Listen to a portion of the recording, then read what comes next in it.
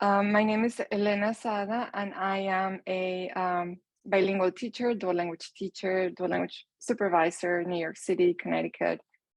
I retired from being a dual language supervisor after over 25 years. I acquired my PhD on curriculum and instruction, dual language and multicultural education at UConn with Liz Howard. And now I'm working for Boston College full-time for the two-way immersion network of Catholic schools as program director. And I work with amazing people. Many of them are in this meeting, and one of them is Carrie Fuller. Carrie, do you want to introduce yourself? Sure. Hi, I'm Carrie Fuller. I'm currently the managing director of school networks in the Archdiocese of Los Angeles. And one of those networks, one of our four networks, is the dual language networks. There's 10 dual language schools in the county of Los Angeles. Before that, I spent 8 years as the principal of All Souls World Language Catholic School in Alhambra.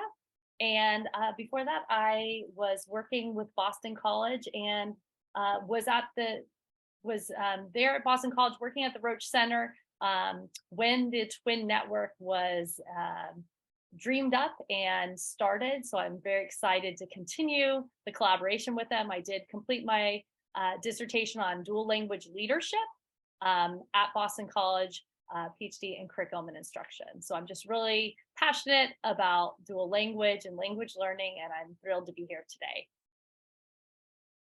Thank you, Carrie. So who are we as a group? We have recorded some in these post-its, some of the different comments that the participants included. In the yellow post-its, you will see that most of us are here because we're thinking about starting a dual language program. And then the pink post-its reflect how we are already part of it somehow, but we want to continue learning about it. And the blue ones relate to wanting in general more resources to help English learners. Thank you everyone for adding it in the chat. It's great to see really the whole nation represented. And that's wonderful. So San Felipe Neri, Texas, that's terrific. Welcome. I will begin with just talking a little bit about some of the values that Carrie and I have in common. So it's full disclosure, we both are grounded in these three values: responsibility, humility, and gratitude. So God led us through a path of passion for dual language, and we'll share why as we talk about dual language, and preparation. We've had decades of background knowledge and experience with dual language as something given by God, and we come from a place of humility. We are in a room full of experts in different areas. Like, you have expertise that we don't have. We come with our own expertise with full of humility, knowing that we're all learners and disciples, and with gratitude because God is faithful and our children are God's children and He takes care of them in our schools. And one thing that we have in common as well is that we're both adoptive mothers. So we both adopted children. And I think in the process, we learned that our children are God's children above all else. So this is something that we've always shared, Carrie and I, and we're very blessed to have each other in this process. So our objectives for today are two. First of all, participants will know the implications and challenges of implementing a dual language program, as well as the steps necessary for an effective implementation. And then participants will have the opportunity to reflect on their school's population, community assets, as well as potential readiness and a path toward becoming a dual language Catholic school. There's some meaningful concepts that we will include in our discussion, and I'll just offering this slide just to give a general vision. Equity as a foundational aspect, together with gospel principles and Catholic teachings, dual language education as a concept, the community of practice as an organizational ideal structure for sustaining all this, and then how we do need to take informed risks. So we'll talk a little bit about what that means in education in our setting. Now, dual language education, as you know, it's a form of bilingual education in which students are taught literacy and content into languages. And it pursues growth in high academic achievement, bilingualism, biliteracy, and sociocultural competence. But since we're talking about dual language Catholic schools, also in Christian faith and values. And how do schools do it? We can adopt different instructional and language allocation models. So it's not a cookie cutter system. It offers a frame, and then we look at our own populations as we will see our specific goals, culture, and resources, and then we define and design the models and the language allocation for each that is adequate for each school.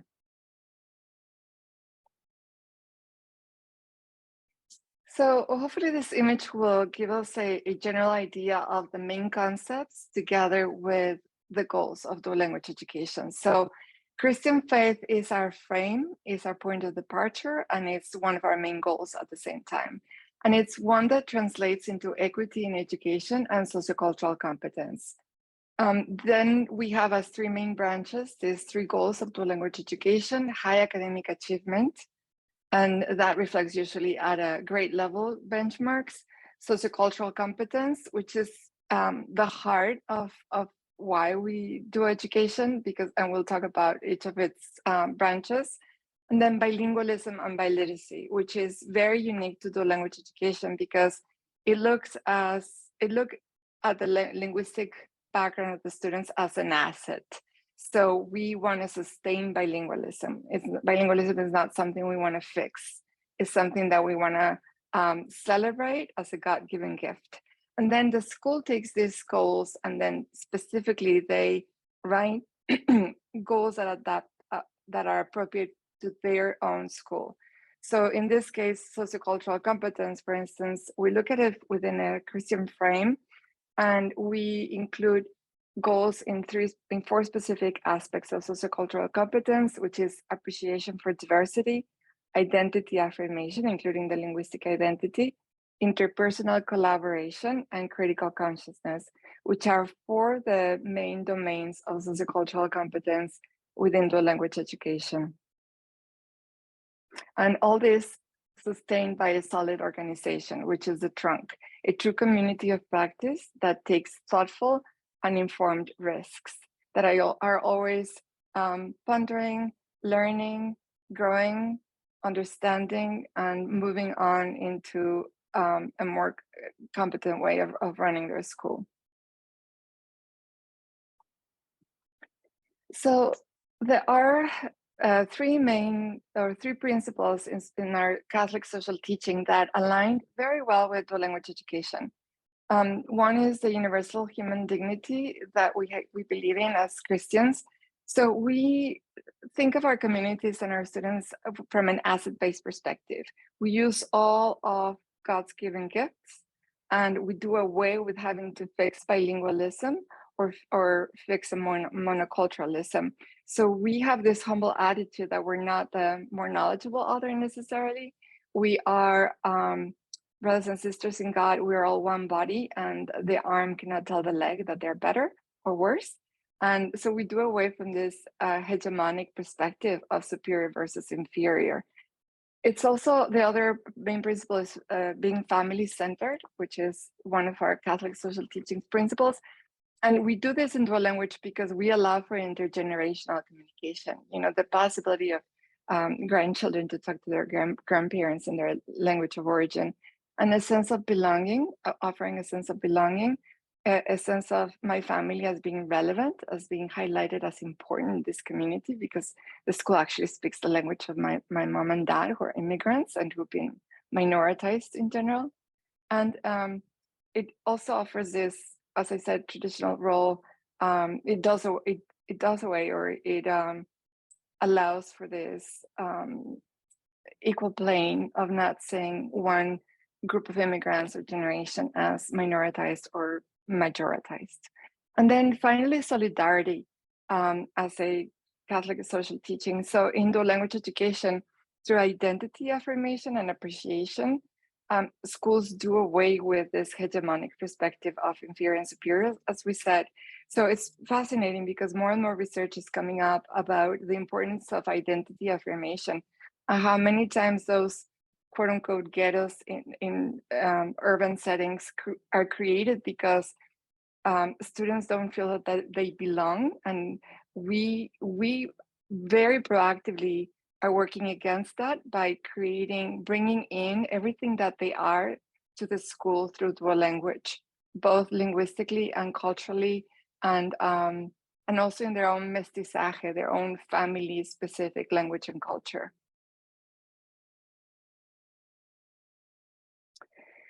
So we talked about that trunk of the tree and that image of how we need a solid organization. And so we are proposing community of practice as a recommended framework. And we actually did not mention it at the beginning, but this presentation was inspired by a paper that Carrie and I wrote and published in the Journal of Catholic Education. And with that QR code, you can access it. And the article talks a bit more about what we mean with community of practice. It proposes that the school is a community where people share a goal, and that as they interact, they advance toward the goal, learning and strategizing together. And this is very important because in my way back in my dissertation, I came across a lot of research on systems thinking in connection to community of practice. And one of the signs of a healthy system is when the goals of the system align with the goals of the units within the system. And one of the greatest reasons of why, or one of the main reasons why systems don't work is because when units and systems start sabotaging each other because they don't see their goals aligned. So it's very important that as a community of students, parents, teachers, administrators, that we look at those goals so that we can align them. So in this community, we share an identity, and we look at our collective set of skills.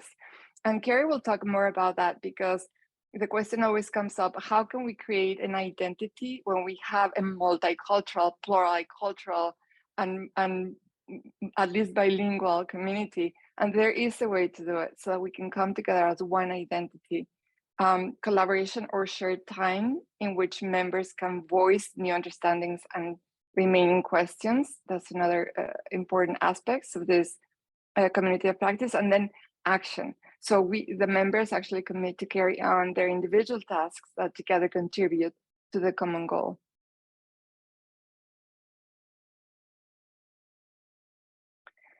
So here now we go into the more practical aspects. So what we covered so far is a lot of the philosophy and the theory behind why we do what we do, why we are so passionate.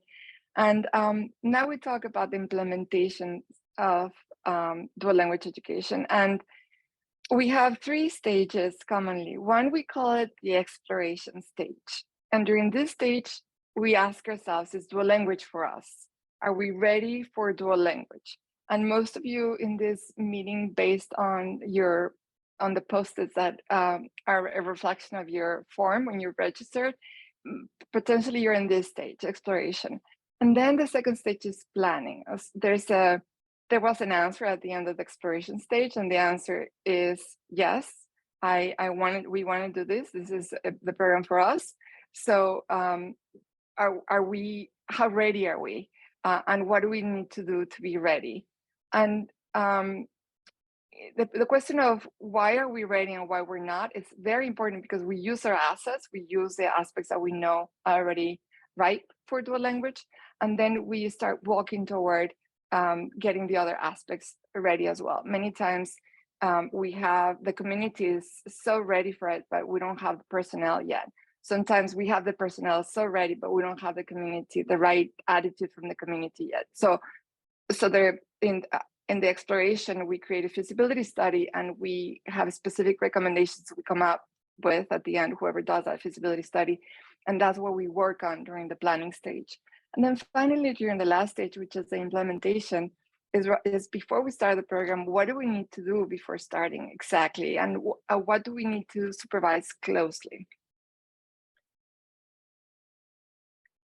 So in this exploration stage, I added a QR code of what we use at Twin as a guide for the feasibility study. Um, we really believe in dual language education. We are so passionate about dual language education. There's about 3,000 programs in the United States. There's about almost 40 of us in the United States. Catholic dual language programs in the United States, and but we really think that we ought to be many more, and it's really the way to go moving forward, where there's a community of immigrants and refugees for all the reasons we've seen through research and through experience. So we want to offer this information and data guide, and we're more than happy to help in a little way or a big way, whichever way the district and the school needs us, or connect you to people who can help you so that we can move on with this amazing goal. So the most important thing in this exploration stage is to create a team and prepare the team. We call it the inquiry team. And preparing the team, Carrie will talk a little bit more about that, but is how much do we know? How much more do we need to know? And then we seek networks and or partnerships that can support us in this process. And once again, she'll talk about that, because this many of these aspects are, you continue to develop them in a spiral way, so they're present as well in the planning stage and the implementation stage. And then we also, during exploration, collect information and data. So we go into demographics. It could be citywide for a district analysis, or it can be more locally located or focused if it's a school. We look at the demographics, both in the community and outside of the community, the culture, the community assets and challenges, and the financial aspects. And then we decide if and or when to begin the program. That's in general the exploration. Once again, we facilitate a survey to be able to survey the school and the community and survey the teachers. And I personally love the survey that we do for the teachers, because they kind of pour their whole heart in to this survey, all their questions, all their worries, all their excitement. And then we look at the data and we help the principal be ready for an personal interview with the teacher, so that we can well, first of all, thank them for their openness, and then build from where they're at, knowing that they don't have to lose their job if that's a teacher you want to retain, even if they're not bilingual, and there's a way to go about that. So now I pass it on to Carrie, who will continue with the following as part of this exploration, the leadership and productive partnerships. Thank you for providing that great foundational parts of our exploration stage. And so as Elena was saying about creating that team, and that first most important person at the school level is going to be the principal, and they have to be the lead learner. And in fact, in my experience, that person really needs to become a biliteracy expert. So even if that's not their area or your area, that has to become your passion, that you have to model that openness and flexibility, and also confidence in the dual language research. Because we have to remember that this is like a technical change, right? Dual language education requires a specific skill set and knowledge base regarding curriculum and instruction. It's an adaptive change. The research on the brain research and the dual language and secondary language acquisition research is constantly adapting. We're constantly learning more, and we have to be on top of that. We have to be okay with that we're going to get more information every day, and then we're going to have to adapt the way we develop our school. And finally, it's an emotional one. Somebody, you might not be thinking about the emotion of, for some people, it's a loss to, they knew their school in one way. They knew their school is monocultural or monolingual, and for them it's a loss to see, and they don't know how to process that. For what we see it as a gain, it's a total asset, but we have to recognize there's going to be very emotions, because your school will be different. And while that's exciting, it can provide a lot of anxiety to a school community. So it's thinking about those three types of changes that are happening at the same time as you're in this exploration stage. And again, like Elena said, we don't want to do it alone. You have to have that inquiry team that will hopefully become your implementation team. And you're going to gather, hopefully you have somebody who might become your dual language teacher leader, or you have a vice principal or some other dual language coordinator. And like you said, you want to invest. It's important to invest early on. If you're not willing to invest in a network, a consultant, or coach to help you guide the process, then you wonder, it's an investment overall. So this is, we need to invest at the beginning to make sure you have that solid foundation. Next is super important. You have to develop the team's expertise. So the first thing, if you're new to this, if you're some of those pink Post-its, you have to embrace the guiding principles of dual language as your new Bible, because it provides research and rubrics and how to assess your progress as you're developing a dual language program. You can access this for free online. You have to fill out a little form and get the PDF from the Center for Applied Linguistics. So that's going to be maybe your first step. If you haven't read anything on dual language yet, you want to have this book or this resource. Then you're going to go to your state's website because you need to know what your state is doing. Some people are surprised to see that Utah has taken it on at their state level, that their governor has said we want so many dual language, 50% dual language schools in their state. So it's interesting to see what your state is offering. What kind of resources did they have, and what's their vision? Even though we're private Catholic schools, it's really important to know, have they developed standards for dual language? And these are not in any particular order. You're going to be doing all of these at the same time. You're going to attend dual language conferences, and we really think this is important to do before you open your dual language school, because you'll meet people, you'll understand what are the key challenges to the field, what are the exciting new opportunities, and you're going to look at both the national and the local level. So a national dual language conference might be La Cosecha, or the National Association of Bilingual Education has a conference. Twin has an amazing teacher leader conference for Catholic schools. But then you're also going to think about local. What does your school district perhaps offer? What does your state offer? The California Association of Bilingual Education has a conference coming up next week. The New England Association of Bilingual Education has conferences. So you want to find out both national and local, maybe choose at least one to attend. You're going to want to get out and visit local dual language schools. When I was first principal of a dual language school, I went and made appointments at all the local, signed up for their tours. I wanted to see what everyone was doing. For charter schools, at public schools, you have to know your area.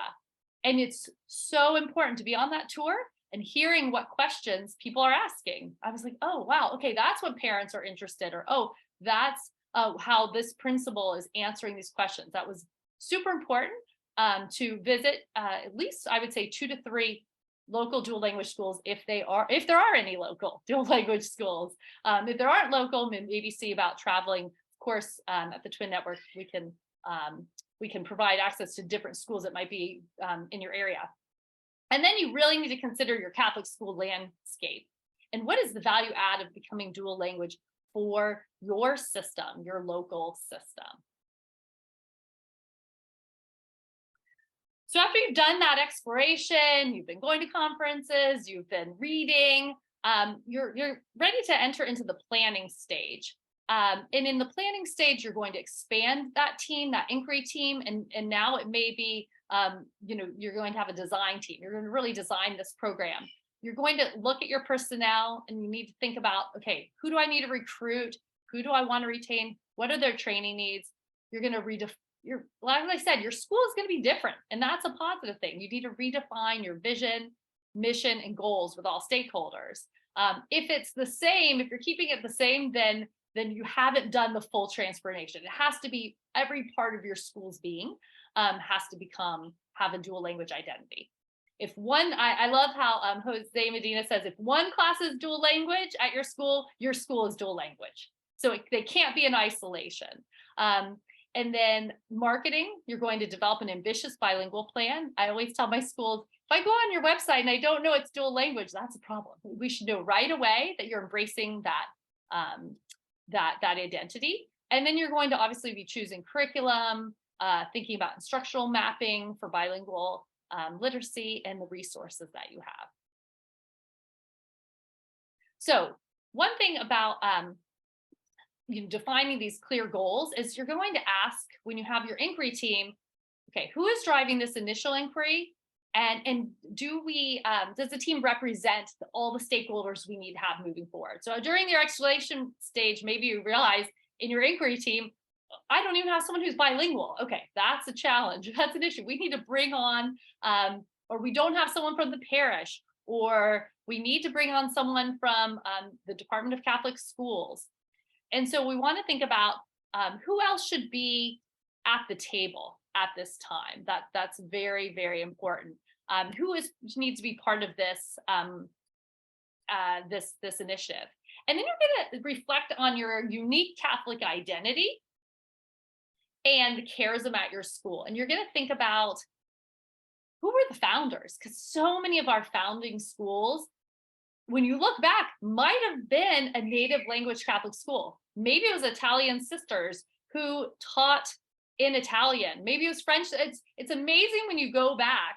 Many of our schools in the US, at the very beginning, they recruited sisters and founding sisters from many times from Europe, and then they taught in their native tongue. So it's like maybe your school has this dual language or bilingual identity from the beginning. Maybe it doesn't, but we know that most of our Catholic schools are very rooted in an immigrant identity. And maybe it's about bringing that back up and celebrating that again, or perhaps you already have. So just finding out a little bit and thinking about dual language and your identity. And then you're going to revisit your mission statements. And you have to ask yourself, why are we doing this? What are our core values and what are we trying to achieve here? And it needs to be reflected in that mission and vision. And of course, we said it's really important to have quality personnel and professional development. So first thing we're going to do is calm everyone's nerves as you're thinking about this, because your English dominant teachers or ones who aren't bilingual might get really nervous. So you want, at the same time, we also want to lift up those teachers who maybe haven't been honored for the bilingual and cultural assets that they've always had at your school. So we want to prioritize and honor the cultural and linguistic assets already at your school. Who is bilingual and biliterate at your school? What cultural assets do you already have? And then you're going to consider the skills and dispositions of your faculty at your school as a whole. Is your faculty animated, or are they overwhelmed by new initiatives? Have you brought new initiatives before? Is this just another new initiative? So you want to really think of your history with new initiatives at your school. And then you want to think about who on your faculty is passionate about language learning, even if they may be monolingual. But at the very least, we need educators who are curious about language learning. That's really important. So who's curious on your staff about language learning? And then dual language really needs a team teaching approach. We'll talk more about that. So who already has experience collaborating? Often in our schools, we have one grade level per class. So maybe they haven't had that experience, but maybe you have grade level teams or you've collaborated with other schools. So we really want to get buy-in for our program, because the faculty are going to be co-creators. We can't have a kindergarten class that starts dual language because we start one grade at a time. So it's a slow change over many years. You might just do TK or preschool and kinder. Then the next year you're going to add first grade, but we can't have the 8th grade teacher being a naysayer of the program. We want everyone to be supportive of this program as it's building up over time.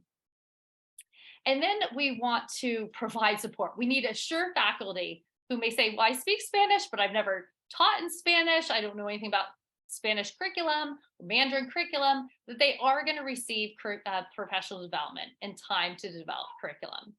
And importantly, I think we need to think of whole school training, right?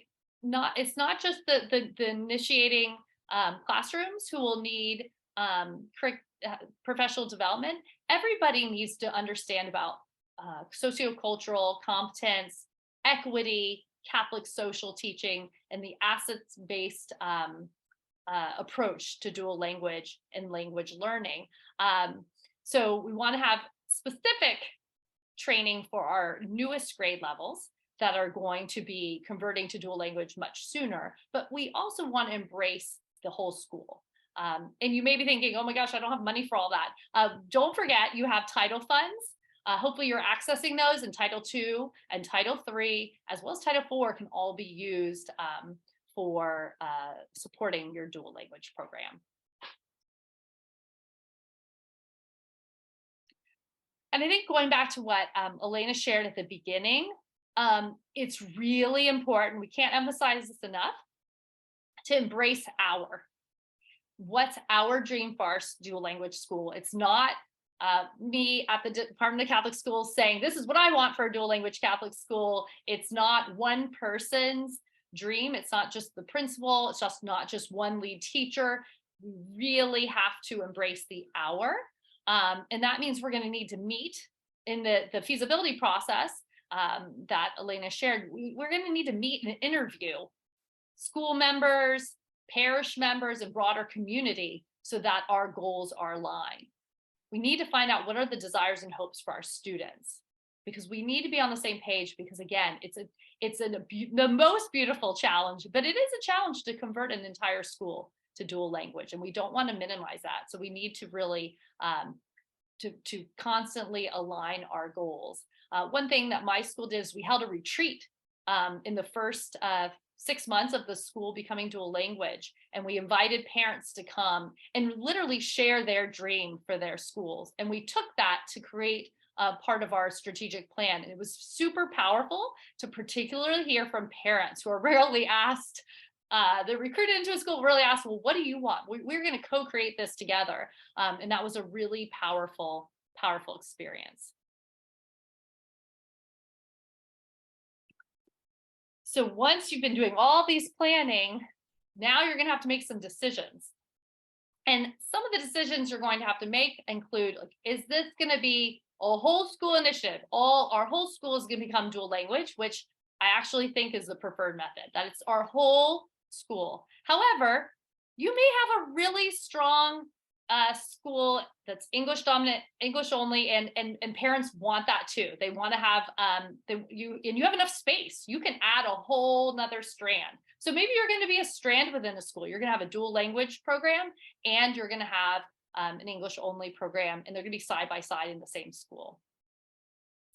Next, you're going to have to think about language allocation. Are we, after you've talked to everybody, oh, maybe you've noticed people want to start with 90% of the dual language program in the partner language, in Mandarin or Spanish. Perhaps most of the schools in your area have a 90%, 90-10, as we say, which means that over time you increase English, but you start with a majority of your time in the target language.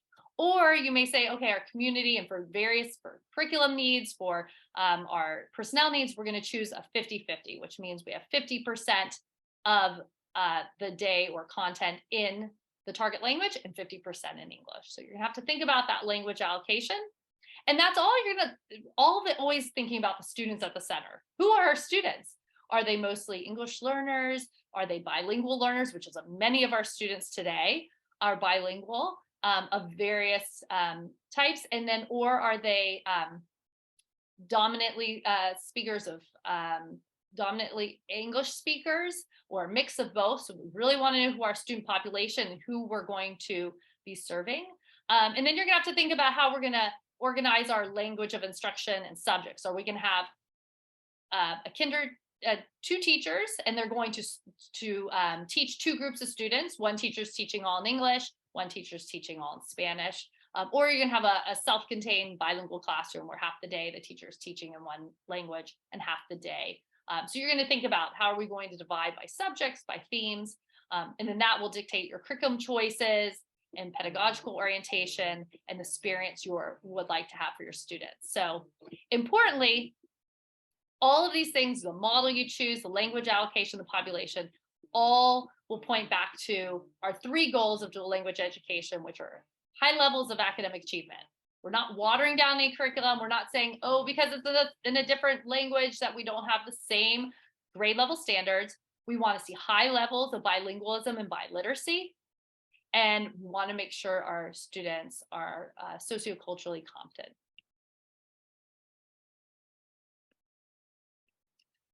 So hopefully after you've gone through the exploration and the planning stage, you're ready for the implementation stage. And that's where you're going to be finalizing the acquisition of instructional resources. You want to have high quality resources. If they're in the language of instruction, we don't want teachers to be having to translate everything. We want high quality resources in the language of instruction. You want them to be cross-cultural and comprehensive. You want to make sure that it's clear, like I said, that DLI is evident in your school, whether it's on the bulletin boards, on your website, things are translated. So it should be very clear on your Instagram. You're going to be monitoring your enrollment, thinking and really finding out families' attitudes and dispositions for this initiative. And then you're also going to be, of course, monitoring teachers' readiness, especially those early grades who will be doing the transition first. So a little bit about enrollment is do not overpromise. Language learning takes time and grit and a growth mindset. So we can't just say, you come to our school and they'll be bilingual tomorrow. Or if a child is, whether they're learning English or learning a partner language, it takes time. It takes a family effort. It takes a positive attitude. So you want to recruit families that are committed to that long haul. And you don't want to pretend it's some silver bullet, because it's not. So you want to say that, this is challenging. Your child's going to be learning to read in 2 languages. That's just acknowledge it. And it really puts people at ease to say, yep, it's going to be hard, but we're going to be with you all the way. And they can do it. There's plenty of research that says they can do it. And it's not too hard, but it takes a village. And you have to have that growth mindset. It's not like my child can do it or they can't. No, we all children can master multiple languages, and we can do it as a school, but it's going to take time to develop. So I think that's really important, just something I want to point out from the beginning. And I think just we can't emphasize enough knowing who your current students are, who might be engaging current families, but also who you're recruiting. So often in Catholic schools, I know we need enrollment, we need students in our classrooms, but we can't jeopardize the integrity of the dual language program. So we need to interview every family. I'm sure you already do that now, but we want to make sure, why do parents want a Catholic dual language school? They might just want a Catholic school. Like, oh, my grandma went here. Our family always went to this school. So no, that can't be enough. Of course, that's the most important, the Catholic education. However, it's a Catholic dual language school. We can also have families who say, oh, I just want a dual language and you're the only one in the area. Because we are Catholic at our core, and we're not going to water that down, even though we're going to include anyone who seeks a Catholic education. So we want to make sure we're both Catholic and dual language, and that we are really being clear to parents about that. And then also ask them, I think it's really important to ask, what are your concerns? Because I like to know those right up front. Oh, you're worried that your child's not going to acquire enough English. Okay, let's talk about it. Oh, you're worried. The different worries. Oh, my child has anxiety, and now they're having 2 teachers. That's real. Let's talk about it. Okay, let's talk about what that means. I'm worried that my child might be totally confused the first day of school because your program's 90% in Spanish, and my child is English dominant. So all those things we can let's just talk. Let's put it out there. We need to do home language surveys. Because we need to know the language history of our young students. They might only be 3 or 4, but what language did they learn as babies? What language do adults currently speak in the household? What language does the child respond in? So this is all going to give us information to truly develop that inclusive community that goes beyond inclusiveness. It's about belonging, where everyone feels like they are an important and vital part of this community. That is the heart. And I just want to give for some of you might be thinking, okay, we want to start this. And we need to recruit students at every grade level. We really need to think about formal assessments for grades, second and up, particularly, because we need to know if children are transferring into our programs, how proficient they are in both program languages. We want them to succeed, and we don't want to put them in a really difficult or maybe impossible situation because we're so desperate for enrollment that or the parent is just so excited about your dual language program, but their child's in 5th grade and they don't speak the partner language. We do need to just know what is their actual proficiency and how we can support them if we were to accept them into the school. So that's really, really important to know. Because again, we want an inclusive school that's also one of true belonging. And I want everyone to know that even if your child has special learning needs or is on IEP, there's wonderful research that shows that all children can succeed in a dual language program. So we don't want it to be something that's exclusive, like, oh, if your child has particularly learning challenges, they can flourish with the right supports in a dual language program. So I just wanted to share that as well. So the last step of many, many steps is to just believe that this can happen. After you've done all of your planning, you've done all of your exploring, you want to launch with high expectations. You don't want to say, oh, it's just our first year and it's just our first day, so we're not going to, we're not sure. No, you've got to believe that you can do this. You got to make sure the teachers believe. And we want to have that great dual language pedagogy from day one. This is a picture of a teacher who is teaching in Mandarin. 70% of the class did not speak Mandarin. On the first day, she spoke, which we kept to the language model, which was half a day in Mandarin, the morning, and half the day in English. She has a visual here where she's showing, it's a visual of the bathroom. She has her arms crossed because she wants the children to give themselves a hug. They're singing a song and they're walking to the bathroom. No child was crying, no child was confused. They knew exactly where she was going. There was so much love in that classroom that she literally lowered that affective filter, which is that anxiety that can happen when you don't have a predictable environment. So that predictable environment, solid routines and structures for students and staff is just so vital. That children feel loved and warm, that there's animation, that there's excitement, and that there's predictable routines. And so also from day one, you want to foster that unified school community. Remember, if there's one classroom that's dual language, your school is dual language. So you might want to have a bilingual assembly, a mass with one reading in Spanish or Mandarin, French. Think about your co-curriculars. And if you're thinking of this and you're saying, well, what about my older grades? One thing you could think about is building a robust foreign language program for families who will not be able to benefit from the entire dual language program. So lots of options and lots of excitement when you do, in fact, launch that program. So now I'm going to pass it back over to Elena. Thank you. And I know that there's a lot of information and there's many more specifics that we can give about each of the 3 stages, but just stay put. And in the conclusion, we're going to give 3 different venues where we can amplify those understandings for this group.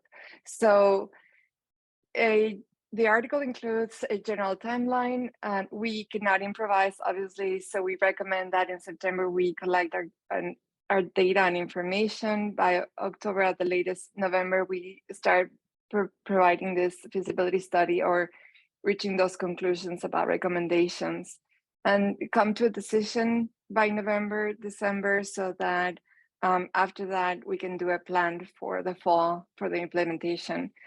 We started the planning process at the latest December, and as we come closer in January through March, we continue the marketing, develop the infrastructure for implementation, and finally, April through July, we carry on our teacher training, finalizing our curriculum scope and sequence and the resources. So those, as you can see, there's a lot of pieces that need to go into place, so that's why we need time.